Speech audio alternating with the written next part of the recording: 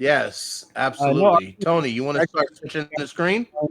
uh, I was going to congratulate you guys. A year is a long time to be doing this, and sticking with it and watching something grow is the best part of all of this. So, congratulations.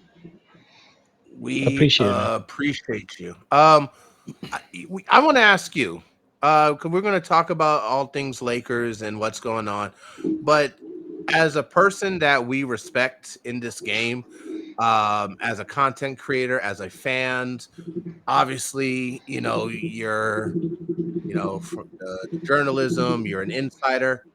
How how did you get into this? How did you get into this field? Um, it was kind of by accident, honestly. Like in terms of podcasting, we back in the day, Twitter used to be 140 characters, right? So for those of you who are a little older, um, it used to be 140 characters, and if you were adding somebody, that was actually their at would actually count as part of your tweet. So back then it was like Harrison and Darius and a few other guys that during the game you'd be trying to have a conversation with, but if there were like two or three people in that conversation, you could only say, like, you could only type like 5 words or something like that. So I and a few of the guys basically said, well, we got to find something a little bit better than this, and maybe we can, watch the game together, but we still wanted to include our followings at the time, even though they were tiny. And Google Chat had just kind of launched. And because first we went into like a chat room, somebody found like a link and we sent out the link. But then we got some creepers asking to see our feet. So we were like, well, we can't do that. Can't keep doing this.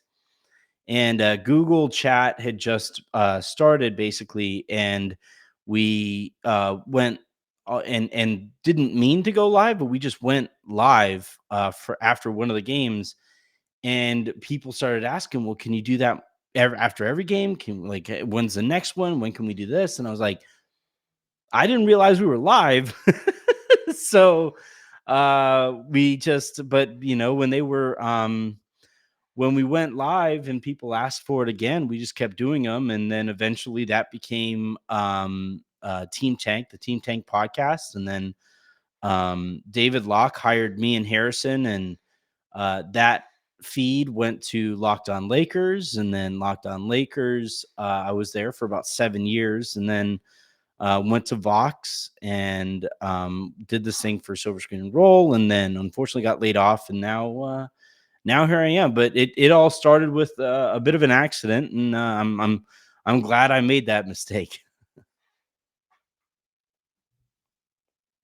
I mean that's dope. I'm not gonna lie. Like people like you. I mean, there's a whole bunch of content creators in Twitter, and I mean not even in Twitter, but just in the Lakers spheres. Like Yeah. it's crazy, and we do appreciate you here. But I'm not gonna lie. Like you've been on the ball. Like you've been cooking. Specifically, like I think what was it, like a month or so ago. Like maybe later. I don't know the specific date, but you were the first one to break the whole locker room situation, which is I'm not gonna lie, that was like at first when I saw that I couldn't believe it, and then when then when everybody like you were seeing the product on the floor, and then it just I'm like whoa, like props to you, man, props to you, because like it's not easy, specifically like in this verse in this it's just not easy, but Yeah. I Thank you. I appreciate that. It was a story that so essentially I'm not a beat reporter. I'm doing more reporting. I'm trying to follow the ethics of journalism as I kind of know them, and I'm trying to go about doing this the right way. Um, but because I'm not a beat reporter, I can report on certain things that it is trickier for a beat reporter to report, because they have to be in the locker room. They have to talk to Darvin every day. They have to see those guys every day. And it gets tougher. And not to mention their sources, higher up in the organization, right? People in the front office and stuff. And, because I don't have to see those people every day, and I don't have to, kind of, uh, my relationship with the team is different. I have a little bit more freedom. It comes with its negatives, right? Because sometimes I wish I was around the team more, and I wish I could actually have more like verbal and physical, interactions with people. Everything that anybody I talk to is over the phone and on online and stuff. And so when I reported that initially, it was just basically like enough people were speaking up, and you saw it eventually when the Athletic reported it. It was six different sources that they grabbed, right? And for me, it was like, four or five people who came out. And then more trickled out after fact.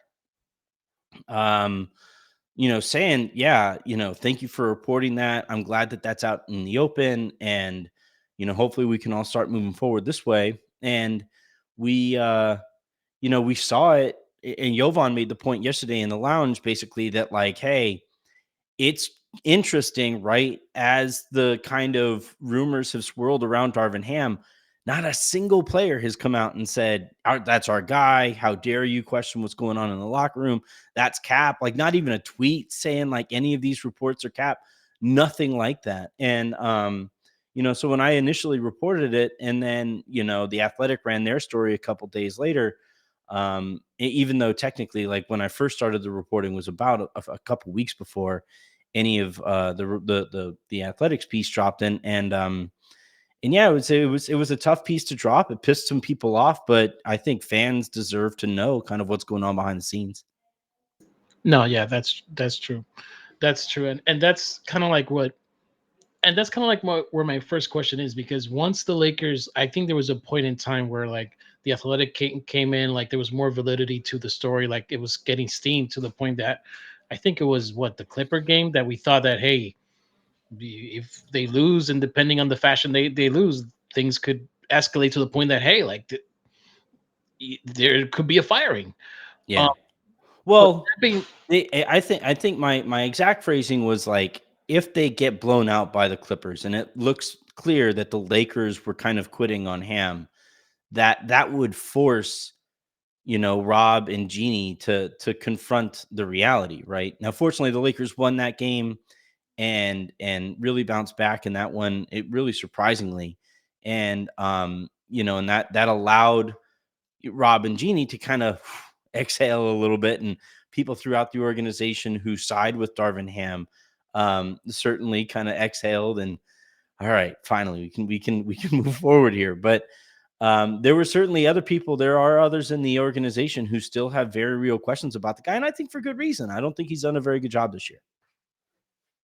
yeah, no, that's factual. Like we've seen it in not only the standings, but even in game, even certain rotations, even certain aspects. But I I have a question, and please, if you can't answer, that's fine. But it's something that's been dawning on me, like since the beginning of this, and since you reported it. It's like, I think it's been swept under the rug a bit, and we've been focusing hyper on this trades. But I'm like, is there still locker room issues, like legit concerns here, where it's like, does a trade fix that? Like, what's your beat on it? Like, because I feel like that's not being discussed as much now, because we're all focused on Murray, Murray, Murray. But I just wanted your Yeah. opinion on this. No, that's a great question.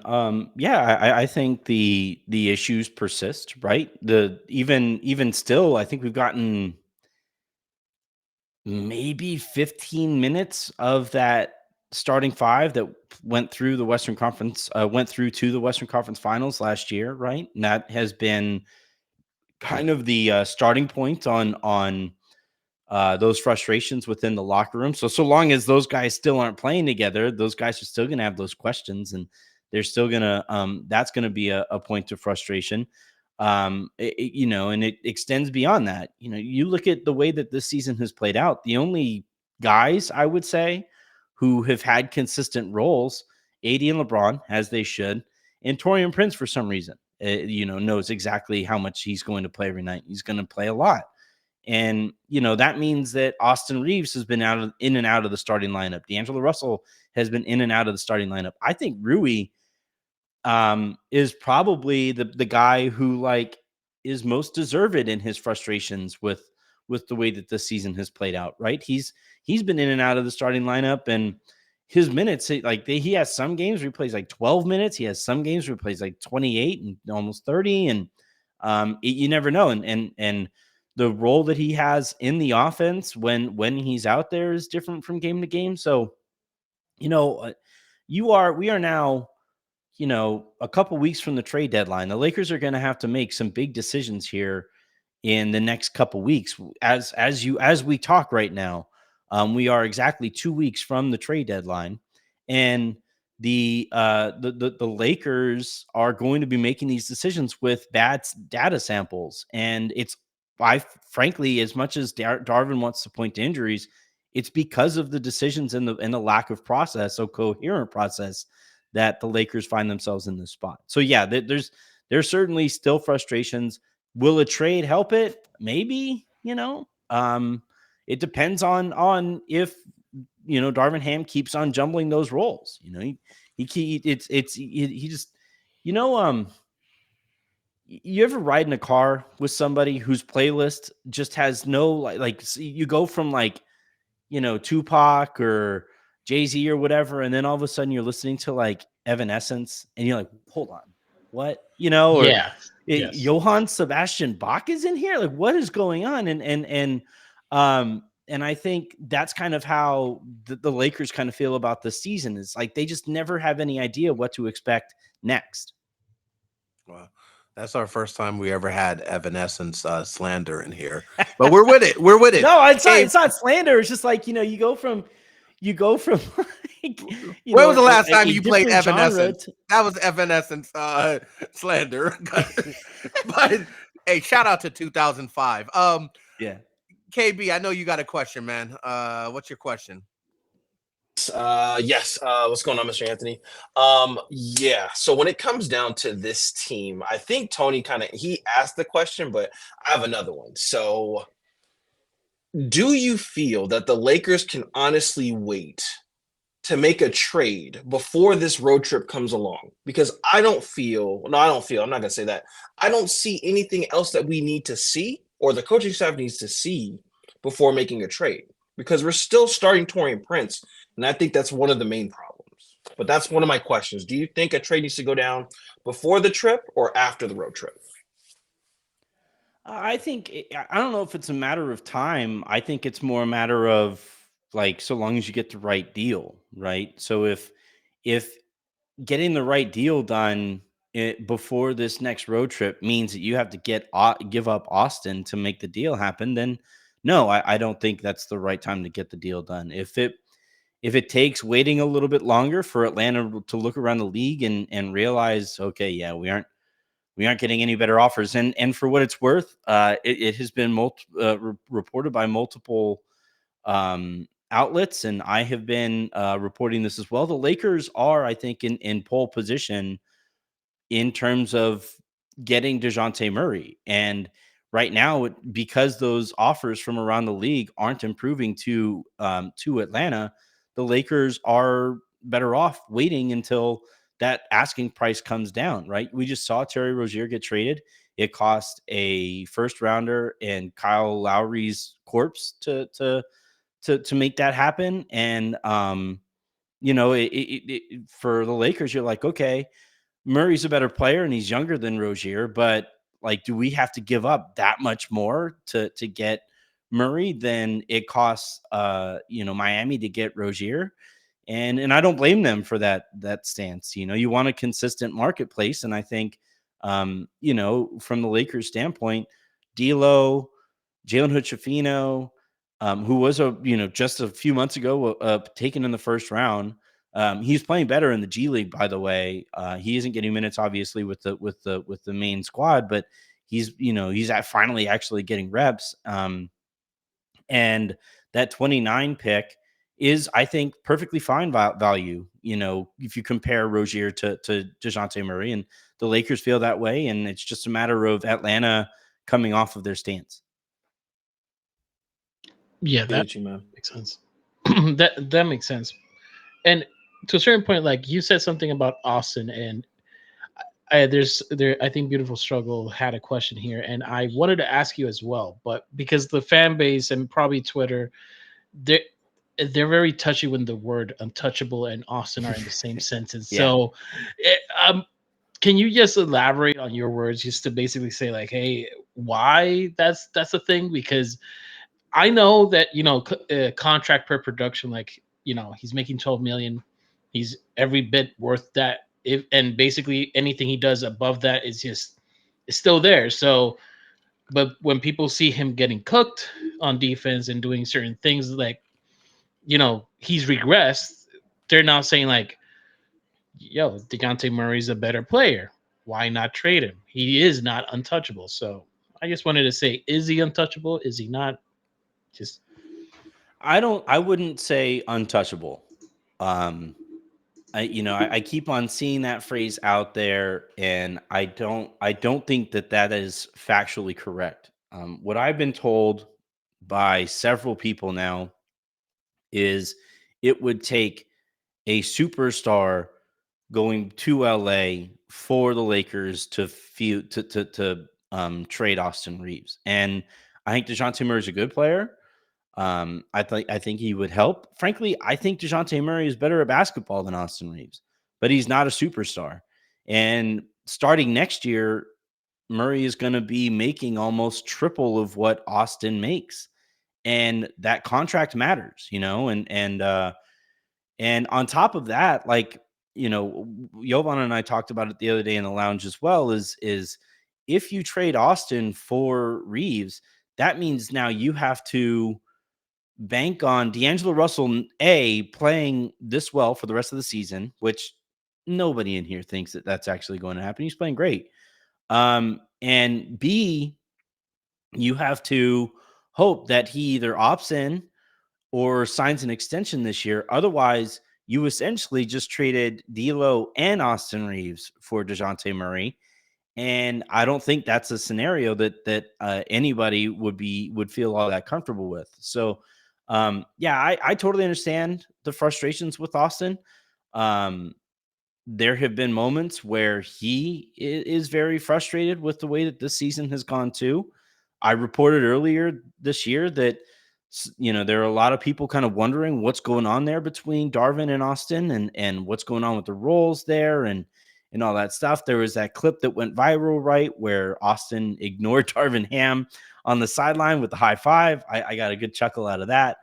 And I get why Lakers fans, if they like the type of players that you normally see as untouchable, are LeBron and AD. And that is still the case. Like, those guys are untouchable. Austin Reeves, the asking price is higher, but the Lakers are not absolutely against trading him if the right move comes along. true. And even to a certain point, like if the Lakers value getting Scafino as a first round pick, plus they're putting their first round pick, they're saying, well, your asking price is 2 first round picks. So we value Austin as a first round pick in itself. So now we're overpaying to a certain Yeah. point. Mhm. That's where it gets complicated. I do appreciate that. The other question is like,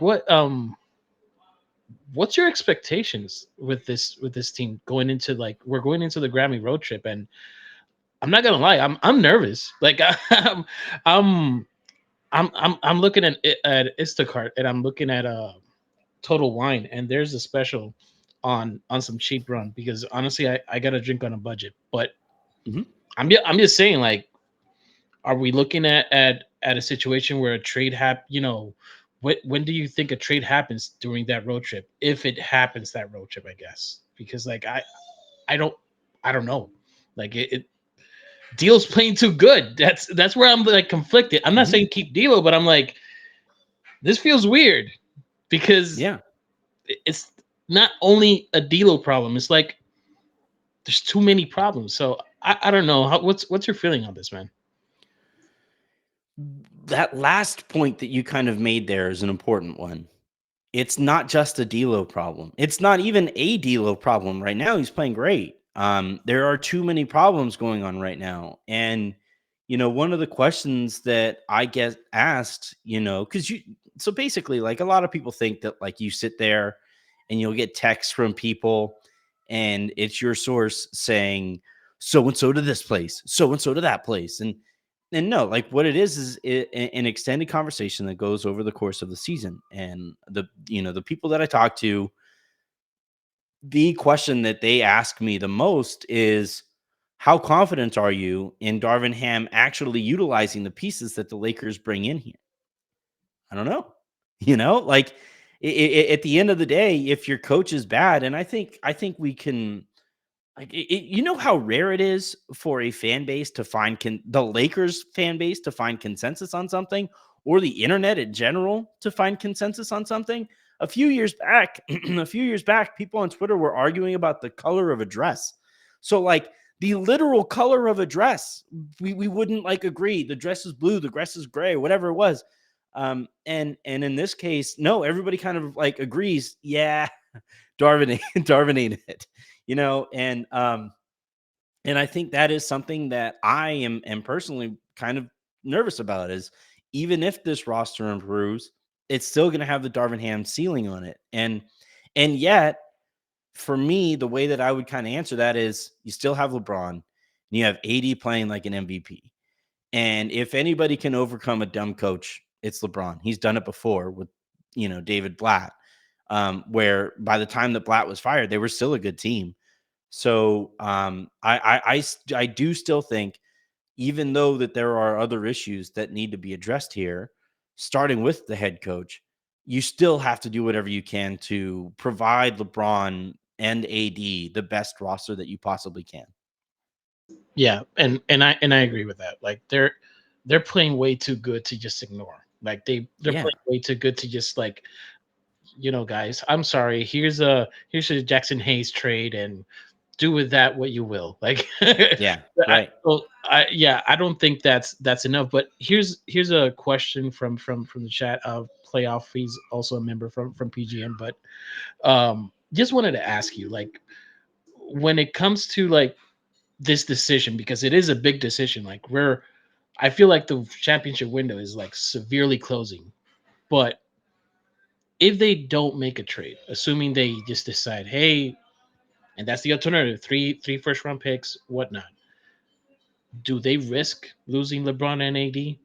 Like, do you think there's gonna be a disconnect there, because it's like, you failed us, like, this season to improve. Now you're just taking a risk in the offseason? Because that's kind of like a fan perspective as well. It's like, you have to make a move to kind of please them.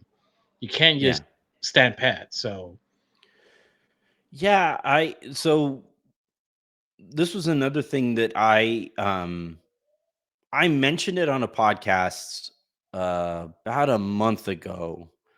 Was the first time that that dawned on me, that the Lakers could do this. And actually, Harrison and I were joking offline one day. Oh my God, this is going to be the excuse they use not to do anything this year, because it allows Rob to, like, forego the firing or whatever until next offseason. And then, he'll find another excuse to remain employed beyond that. He's a wizard with that stuff. And so I mentioned it on a podcast, and it made so much sense to me at the time that I was like, well, maybe I'll start asking around about it. And when I asked about it, I was surprised at how little feedback I got. When I said, hey, if the Lakers hold on to 29, they can move upwards of 3 picks this upcoming offseason. They'll have a bunch of contracts. Vanderbilt's deal will be able to be traded at that point. If you keep D'Angelo Russell, he becomes an expiring next year if he opts in. A year is now off of, Rui's deal, and a year is now off of Austin's deal. That's a lot of contracts that you could send out, and you can go out with 3 first rounders, 3 highly coveted first rounders, and go and get somebody. And the number of people, very early in the process were like, yeah, we were hoping nobody would put 2 and 2 here together, because that is something that we're kind of thinking about. And then when I wrote at the beginning of the trade season about the various paths that they can take, and I reached back out to people about that scenario, it actually became more popular in terms of the number of people who were saying, yeah, that, given the asking prices on some of the guys out there, we feel like we'll get more bang for our buck this upcoming draft season, and bring in a greater impact player. So I still would probably predict that Murray is the likeliest addition here, and that it would involve using that 29 pick. But if they aren't able to get Murray, I don't see anybody else realistically on the trade market right now that I think they would like use that 29 pick on. Maybe they would move Jalen Hood-Schifino and consider him a first rounder, and every second rounder under the moon, I think is at their disposal as well. But if they don't move it for DeJounte Murray, I think there's a very real chance that they hold on to that 2029 first rounder and see what they can do with 3 picks this summer. Yeah, I agree with that. I agree, and that kind of. Oh, you asked me if about LeBron and AD. I'm sorry. Oh yeah. No. Continue, yeah. If they go down that path, the first step that they have to take is talking to LeBron and saying, "Hey, this is the offers right now that we're getting. These are the types of players that we would move this 2029 pick for. Here are the types of players that we could combine those 3 picks for this upcoming offseason, whether it's Trae Young, whether it's Donovan Mitchell, whether it's I really like Mikal Bridges, although I wouldn't move 3 picks for him personally, but I think he would be the perfect addition. Like those, this is what we can get now. This is who we think we can get in this upcoming offseason. What do you think here?" And if LeBron is okay with it, cool, you move forward that way. But if not, and he says, I can't be expected to continue to play like this in my year 40 season, it's a very fair response, and I think the Lakers would have to rethink their approach if he isn't on board with it. Because what you can't do is lose LeBron for nothing this upcoming offseason, and and basically launch your rebuild a couple years in advance of when you're probably ready to actually do that.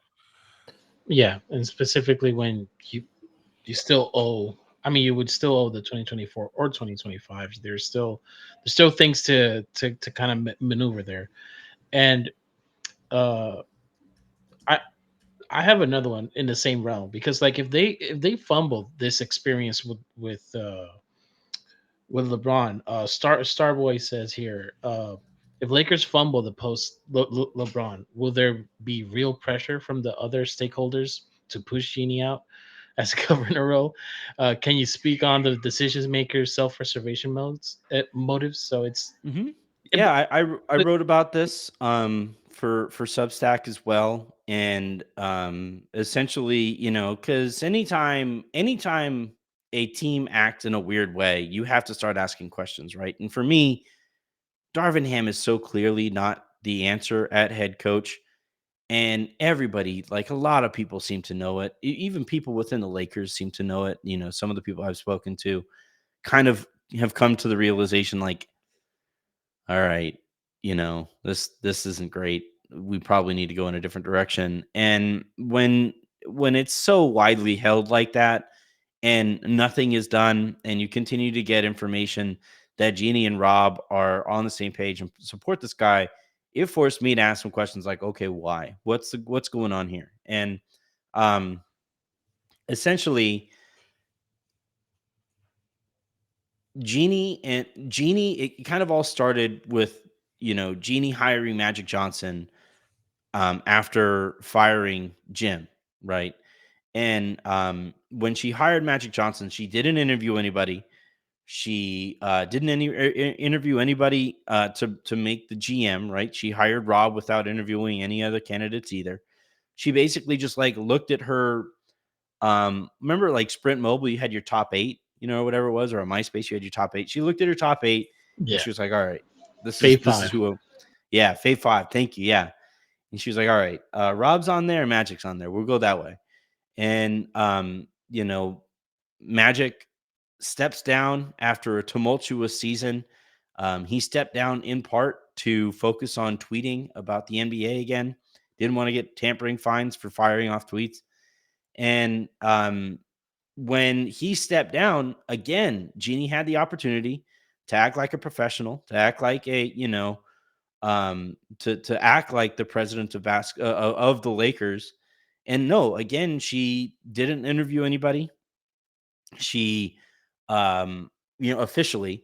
Now she did have some conversations, I'm told, with various people and got some advice or whatever, but never officially opened up an interview process, elevated Rob, and didn't hire anybody else beneath him, and that's how the Lakers have basically operated since.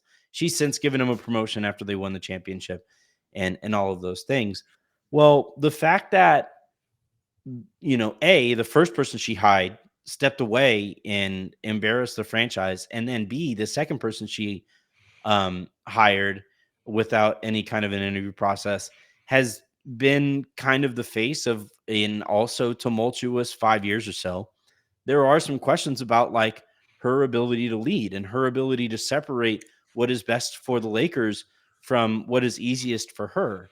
And with Jesse and Joey rising through the organization in the way that they do and being a part of pretty easily the most successful aspect of the organization, that being scouting for the draft, there's a lot of people, whether it's around the league or within the Lakers, who are kind of like, well, maybe those guys should get a shot. And if Robin and Jeannie, who are now on their third head coach, who I believe the Lakers are really close to 500 in the LeBron James era,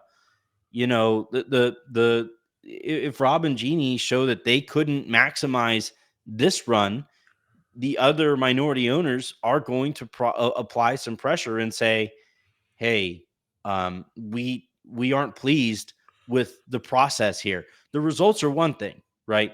But we aren't pleased with the process. And at that point, Jeannie will have to answer some tough questions, not just about like what her role looks like if and when Jesse and Joey get larger roles in the organization, but like, would she rather sell than operate in a lesser role? And from everything I've heard, Jeannie has no interest whatsoever in selling. And the vote would really have to go in a surprising manner for the Buss family to sell, because it would essentially go to a vote between the siblings. And right now, Jeannie has all of the votes, and the Lakers aren't selling anytime soon. But from the Lakers' perspective and from the minority shareholders' perspective, I do think that eventually, if things continue in this way, and Darvin is yet another, bad coaching hire after Luke Walton, after Frank Vogel, and now with Darvin here, if we just keep on seeing the same bad process, those minority shareholders are going to start asking some tough questions of the person really in charge. Hey, Anthony, you brought up Jeannie, and a lot of stuff that you're saying is stuff that we have had conversations in here. First of all, before I ask about Jeannie and the ownership stake, going back to Rob, okay, because over the weekend we replayed. Magic had that infamous interview on First Take years ago when after he left the Lakers, and where he called Rob Pelinka a backstabber. Absolutely. Mm-hmm. And my thing has been, okay, we fired Frank Vogel 2 years. First of all, before Frank Vogel, obviously they lowball Ty Lue. They lowball Ty Lue. Jason Kidd, they pretty much like force fed him being an assistant for Vogel. They fired Vogel 2 seasons after winning a championship. This whole season, most of the season, Darvin Ham has been on the hot seat. So let's say they make a move in the offseason. That's two coaches within a span of 5 years. My question to you is, at what point do you start does the some of the fire goes under the person who's making the hiring? Like with like how long is it seems that the Kobe connection, how long is Rob going to be protected under that? Especially after Magic Johnson, lifelong Laker, um outed him as a backstabber. Like at how long is Rob able to get this grace period? If this is another lost season, now look, like even while we are frustrated, you also have to, realize that the Lakers won a championship a couple years ago, and we're in the Western Conference Finals just last year. So if you're just looking at his resume, over the last 5 years or so, that is more than most GMs can actually speak for, and I think in that sense, that is an excuse that is going to continue to be used to protect Rob. And I think at the end of the day, too, like, so you mentioned the Ty Lue thing, you mentioned the Frank Vogel thing. That Ty Lue offseason, Frank was probably their fourth choice because first it was Ty. Then remember, they were also interviewing Monty Williams, who got sick of waiting and went and took the Phoenix job. Yes. And then Jason Kidd was also somebody that they wanted to bring in, so much so that they tried to force Kidd on Ty Lue. Lue said no. So like they lowballed Lue and tried to, make him hire somebody. That is not how, championship caliber head coaches typically get hired. And then, they made Jason Kidd the highest paid assistant coach in the league. And the thinking there was that he basically was on the staff to just wait for Frank Vogel to suck and then, step in as the interim and eventual head coach if and when they were able to fire Frank Vogel. Frank then messes around and wins a championship, right? And I don't think, even despite Frank's success, anybody in the organization, especially not Rob, especially not Jeannie, were ever like, really believed in Frank Vogel. And, I think Frank's a fine coach. I think he's, clearly better than Ham. I think he's a fine coach. And there are some people I've spoken to who wondered, like, with that roster in Frank's final season, they wondered, like, did they give this guy a bad roster just so that they could fire him after he wouldn't be able to make it work? And you also remember with Frank, he was going into his final season with only the 1 year left on his deal, and it got leaked. Right. And it wasn't until it got leaked that the Lakers kind of rolled their eyes and signed him to an extension, but it was only a 2-year extension. So first, they made it really clear in the hiring process that he was their fourth choice. And then after he wins a championship, makes it clear to everybody through the type of contract that they signed him to or extension that they signed him to that they still didn't believe in him. And then when that last season ended, remember, they did it in pretty embarrassing fashion. The game ended, and like seconds after it ended, you had Woj tweeting the Lakers are going to fire Frank Vogel before he even did the post-game scrum. Like, it was insane the way that they treated this guy. And I think they, with Ham, are kind of overcorrecting in that, and they are really supporting their guy and trying to make it really clear that that is not how they want to treat. That's not how they want to treat head coaches, and I think that loyalty that they're showing to Darvin and their disinterest in properly evaluating him is only multiplied compared to when you can consider Pelinka. Jeannie, I don't think Jeannie would ever fire him. I think Jesus Jeannie, Christ, man. I think Jeannie would she would have to be forced into a situation, and he would probably have to resign before she would really fire him. Oh my! Oh, Well, you just fucked up my day. Okay, I'm look, sorry. you brought up someone, and I gotta just give a. Oh my god.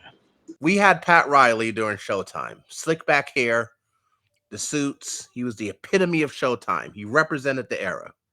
Mm-hmm. Fast forward to Black Shrek.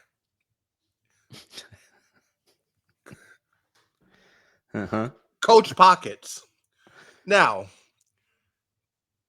he okay, all jokes aside, he's been here for a season and a half. Now, the season before he got here, we didn't make the playoffs. We didn't make the playoffs at all. He got here.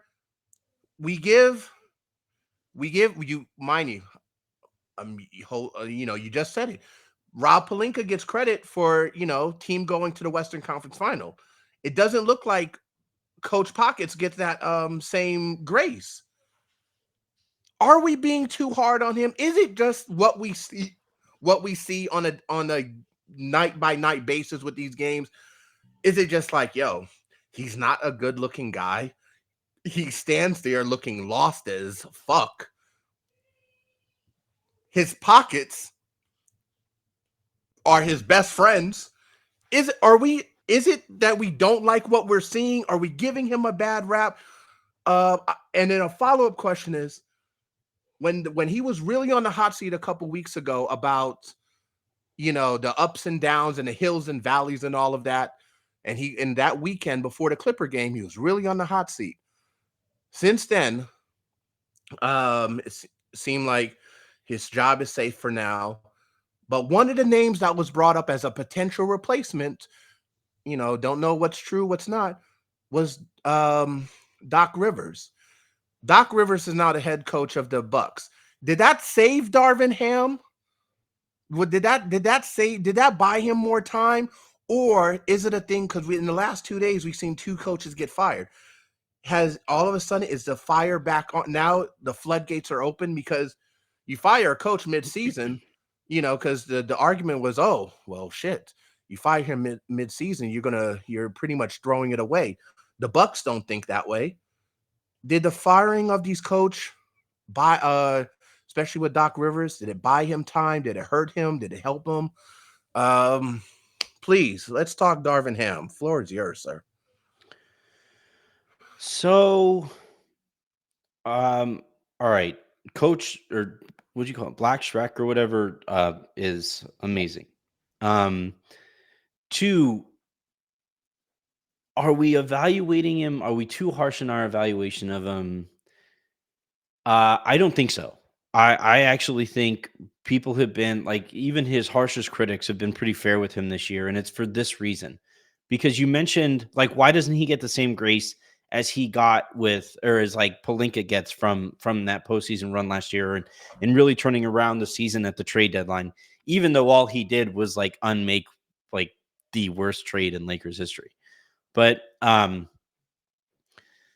reason Ham, I don't think, should get that same grace is because he refuses to play that lineup that went to the Western Conference Finals. Again, those guys haven't played like all but 15 minutes together this season.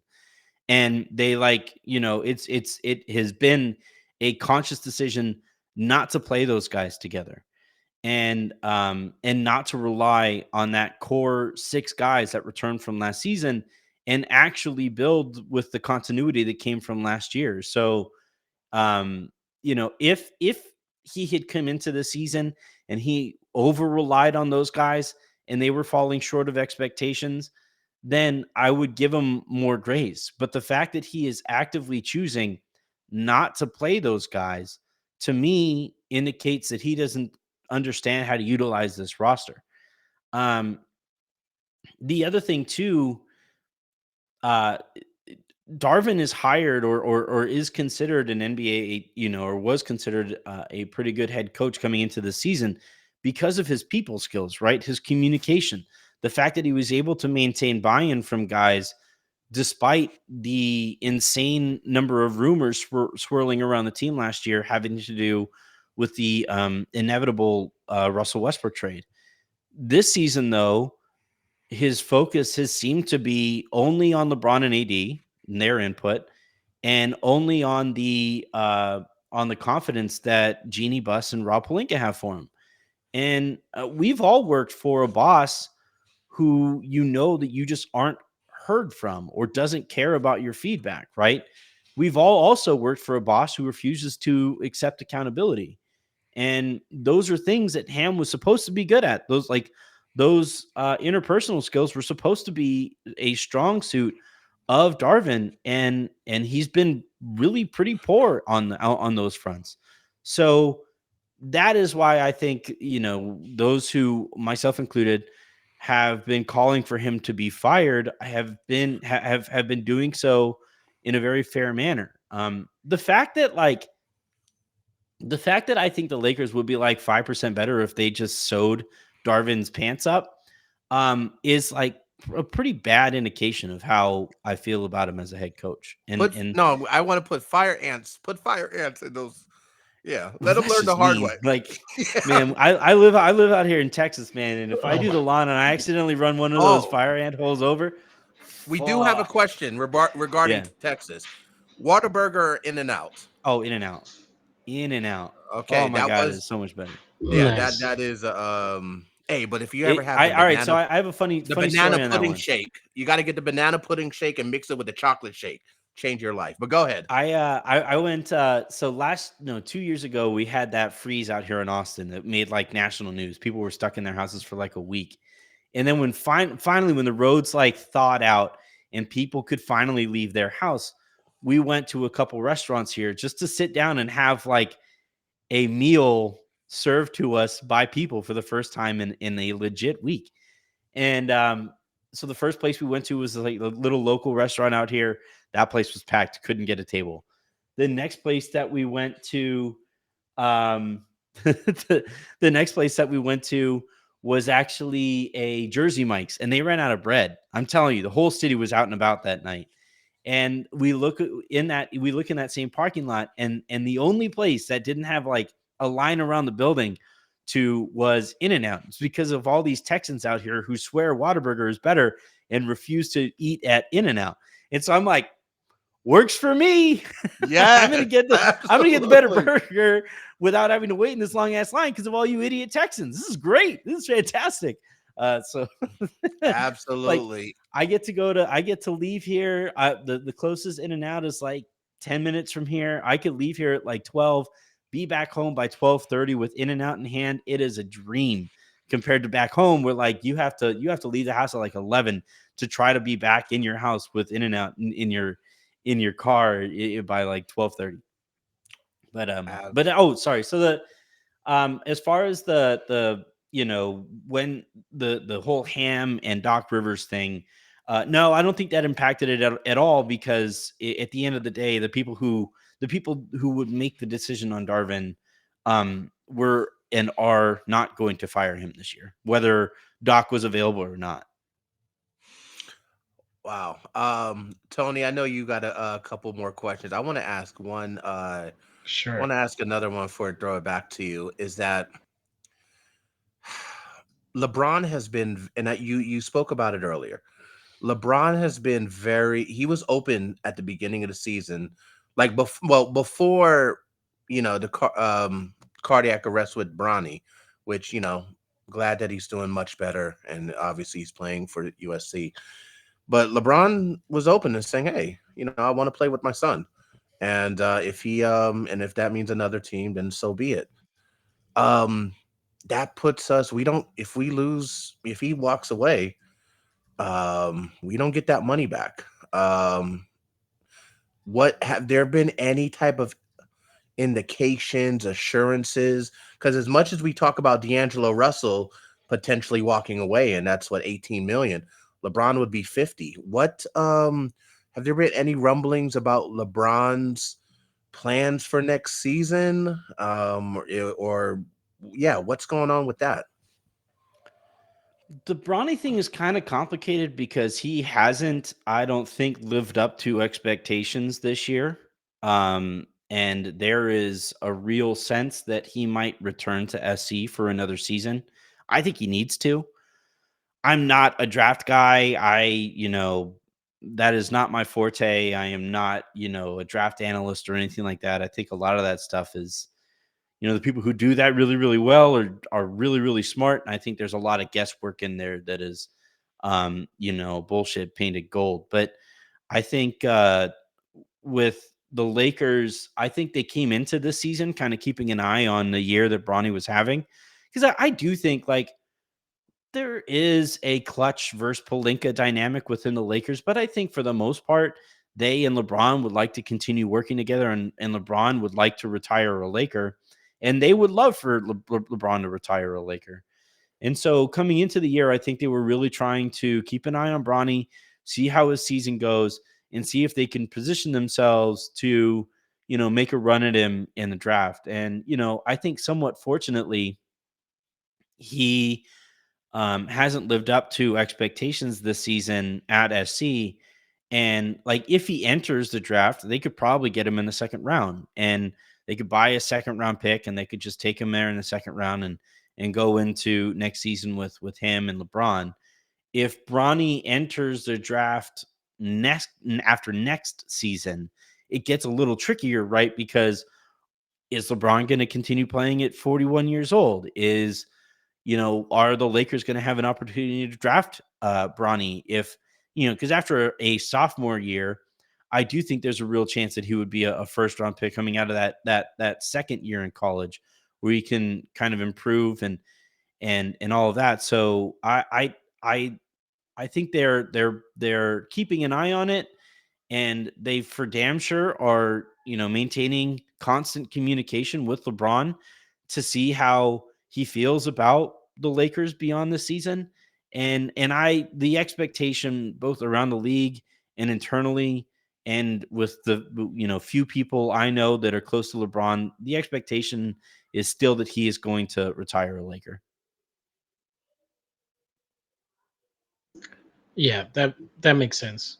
That situation is interesting because I would probably like I'm a dad. Like I would probably figure that it's for the best for the kid. Like rather than just force a situation. Oh my god, I'm not even drinking yet. But just saying, like sending him back to taking another round maybe is the best situation just to develop him, get him ready, rather than just force it. But I do have a there's some things that are I wouldn't say breaking because it's not really breaking, but it's just DMs are blowing up in terms of like things are getting heated up. It's closer and closer. The goal line is there. It's inevitable.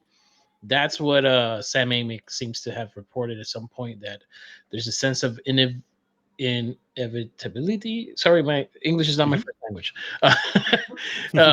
To Murray to land to the Los Angeles Lakers. But that being the case, there is one particular guy that we have heard absolutely nothing about, and I really wanted to ask you if there is anything about him, and it's Gabe Vincent.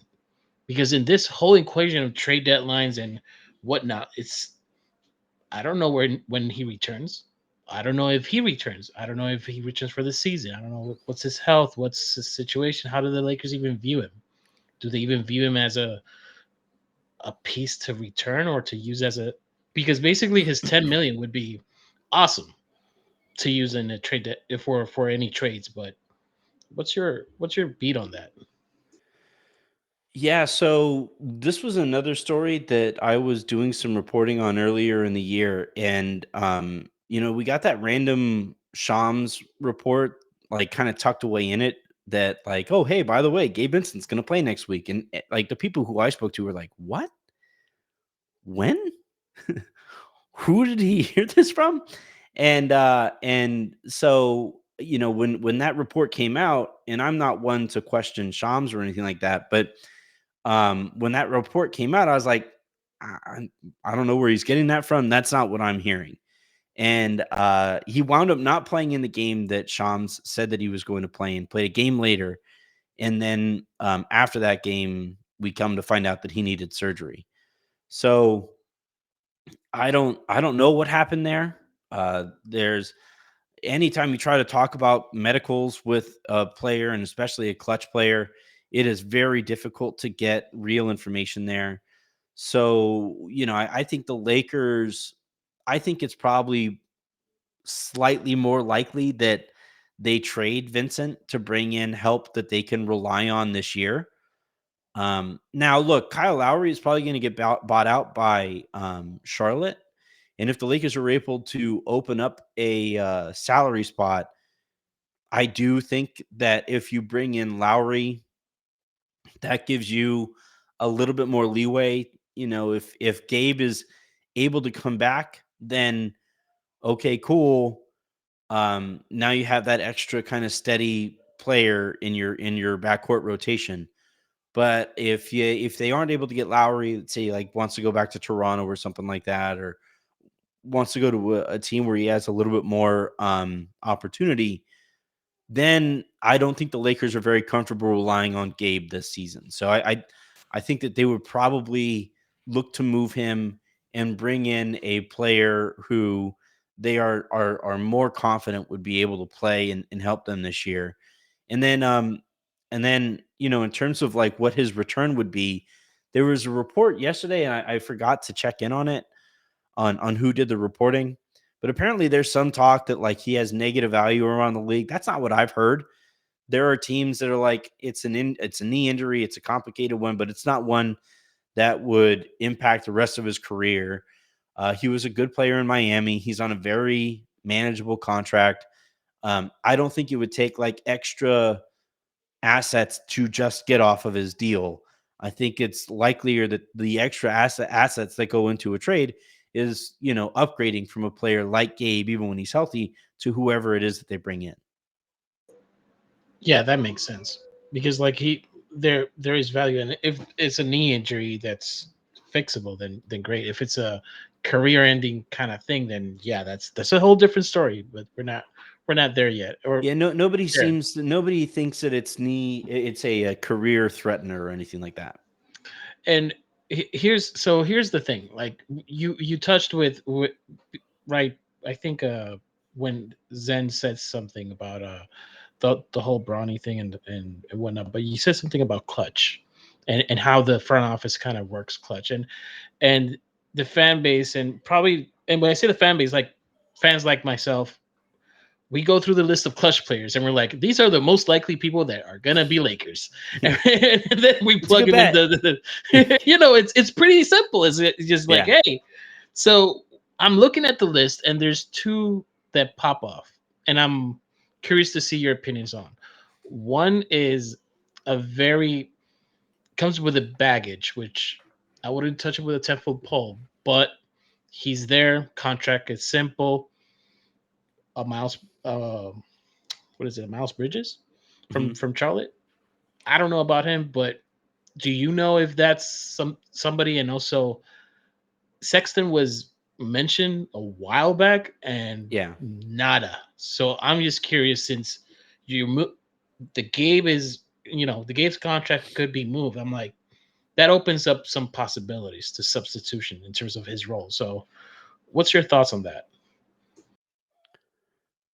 I specifically asked about Miles Bridges the other day and was told that there isn't any interest right now.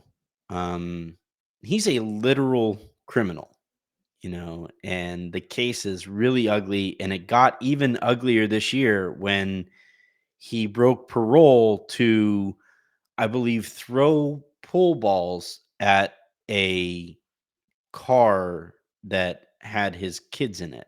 So, like, I don't think that's a path that and that's all alleged, I guess, is what I should add there. So the Lakers, I'm told, are not interested in Miles Bridges right now, at least, and I think that's the other thing. I always make sure to say it on my show or in my writing. Everything that I report, especially this time of year, is up to the second because this shit changes quickly. But as it stands right now, It's all fluid. It's yeah, all and anything can change. So I agree. yeah. I really agree. As of right now, I'm told that the Lakers are not interested and have had no conversations for or about Miles Bridges. Now, the other one, Colin Sexton. So Dave McMenamin mentioned his name on a broadcast a week or so ago, and I did some checking in, and they called Utah about Sexton. Price is high.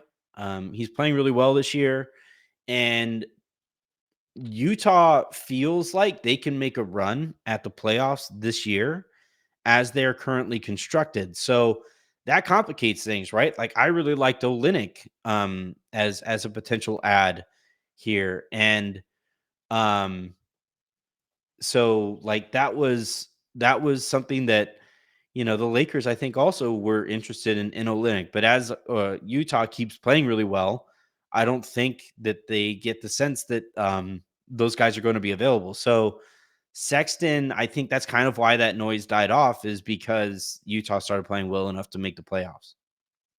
Yeah, that makes sense. Because like they're actually wait, are we ahead of them? We're close. Like we're really right there with them. Mm-hmm. Like it's kind of bunched up, but it's kind of funny to make a trade with a team that's probably has a better shot to make the playoffs than yourself Mm-hmm. currently constructed. But that being the case, the other landings and looking at the chat is Detroit with Bojan, um, expanding to kind of like the Nets. Like, what's the deal with DFS? Is he a target? Is his price just too high? And the weird one to me, and this is weird because like I heard your live with Jake Fisher. Great. It was for I'm not gonna lie, 23 minutes. It's you can eat a Yeah, lunch, just go through it, and great, right to the point. Jake's Um, great. yeah, but the thing that and by the way, Jake, if you want to be in the show, hey, just the DMs are open. But the one thing that I noticed is he said something about like the Lakers are looking for perimeter defense. They're not looking for anything in their front court, like in terms of like a No, back. they are. They are Mhm. okay. So you answer that one, and two, like they're using. So Tyus, like I don't understand why Tyus is being targeted if we're talking about defense, but to the point is like, what are the Lakers looking at if let's say the Wizards are that third team? Are they looking like something about just Tyus, or they're using like some other players like Gafford, or I don't know if that's just too the values are too high, but anything, and it's a long-winded question and I'm rambling. I apologize, but I'm just saying like Yeah. what are the third teams available here to make this trade work? I guess. So the two teams that I've kind of kept an eye on. So usually the way that this works out, Aaron did a great job explaining it last Thursday on the show. Maybe it was earlier this week. I think he was on the show on Monday. So essentially, the two teams are your two primary teams. In this case, are the Lakers and Atlanta. And because it's the Lakers who are acquiring DeJounte Murray, essentially the onus falls to them to convince, obviously, the one team to trade them Murray, and then also to go out and get the third team to help make this deal actually happen and help it across the finish line. And so if we're to believe the reports, and I'm hearing some contradictory noise here. There are some people who I have been told, or who said to me that, um, obviously, if the Lakers go out and find a third team, this deal could be done.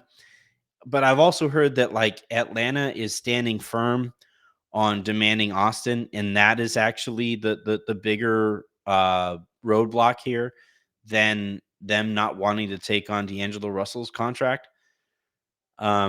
So like it's kind of I don't know if I would necessarily report this either way quite yet, but let's say that Atlanta is waiting for a third team to get this deal across the finish line. What you do next is you look at teams that the Lakers have done business with in the past, right? Washington, they traded Rui there. They traded for Russell Westbrook, right? So you look at their expirings and you see if there's one that makes some sense for Atlanta. Tyus Jones might make some sense there, right? It's a small backcourt, and I think they would still run into a lot of the same problems that they have right now with DeJounte and Trey, but Atlanta's a dumb organization, and maybe they'll just do the dumb thing. The other team that I take a look at is like Orlando, right? And Orlando has Gary Harris's expiring deal that can just be inserted into the trade, and the trade works. He goes to Atlanta, Murray to the Lakers, D'Lo to Orlando. I guess Jalen Hood-Schifino also to Atlanta. And Harris is a better defender. He's he's a bigger, more physical type of defender, and maybe that's a fit there because the Lakers have previously done a deal with Orlando. The other one that I've kept my eye on here, I wrote this a couple days ago, is Brooklyn because of their past success with D'Angelo Russell. They need a table setter. They haven't really had a true point guard all year, and I think they need somebody to organize their offense, and D'Lo would help do that. And now they have some expirings, that would make this work as well and fit even better, I think, than Harris. But those guys are more expensive because I think they're better players than Harris. So it falls on the Lakers to figure out what the draft capital they want to send to Brooklyn for. And if Atlanta is open to sending any draft capital, to go out and get one of those wings that Atlanta has to offer who are on expirings as well. So and the other thing too, anytime you're talking about a 3-team negotiation, is it's kind of like trying to play rock, paper, scissors with 3 people, like how often would you play rock, paper, scissors with 3 people and actually get a winner? Those odds go way down, right? That more often than not, you're actually going to have a tie and wind up having to play again. So that's kind of the spot that the Lakers find themselves in. And I still do believe that Atlanta is waiting for the Lakers to blink and throw Austin into the deal. I'm told that the Lakers are not going to blink and throw Austin into the deal. So you have this standoff here, and maybe a third team helps get this across. But I do kind of believe that that a lot of this, like the Austin factor in this, is being overlooked. That makes sense. A roadblock and holding on to Austin. Is it Rob? Is it Jeannie? Both. Rob really likes Austin. The entire organization really likes Austin. He's a quiet kid. They know that he's going to continue working despite, getting paid, and they like his mentality and all of those things, right? Like Rob, like the way that he talks about Kobe is almost like a religious figure, and like that was his like best friend, that was like his favorite person on planet Earth who was not immediate family. And if you had to ask him like who he likes more, Kobe or liked more, Kobe or one of his kids, like I think he'd have to think about it for a little bit. And like as an example, there was gosh darn it, I forgot who the player was, but there was a player who like had one of those Mamba nicknames, and Rob actually like asked people to stop using that nickname because he felt like it was disrespectful to Kobe. And so to have Rob, and when they signed Austin to the extension that he did, to have Rob and up there and publicly say this guy has Mamba mentality, all those things, that means a lot, So Rob really likes Austin. Jeannie really likes Austin. Jeannie, from a marketing standpoint, I believe also likes the idea of having one member of this core being, homegrown.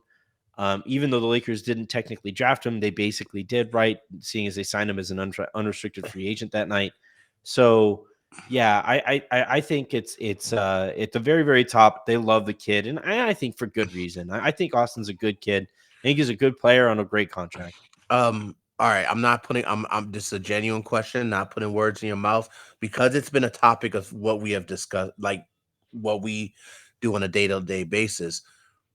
When you say from a marketing standpoint, is it he can ball, But is it because he's white? Is it? I mean, is there does that factor in? Like, obviously, he's a very good player from a demographic, all American kid. Does that factor in at all? I know that's a Did you say nasty white? question. Because like that's White, the yeah. I know it's a nasty Hey, like you question. said, I'm all just American, all that stuff. You could just say yes. white. Like he's I a white said guy. Like I said white. I said white in yeah. the beginning. Okay. Does that I factor looked away in? for a second and I came back to all American. And I was like, he's a white No, guy. no. I said I started Eats off with corn, white. Yeah, mows you eat grass. corn, but Mhm. I'm just wondering from a marketing standpoint, is that something that's like because there's not too many white American notable star players in the league.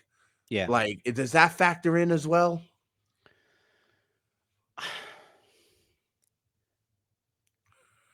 It's a tough question, and I have to be careful I'm about not it trying to put you in a because spot. Not putting you in a spot. yeah, no, So if no, you, I no. So essentially, what I would say is that I don't think they want to keep him around because he's white, right? Like I don't think that is what's going on there.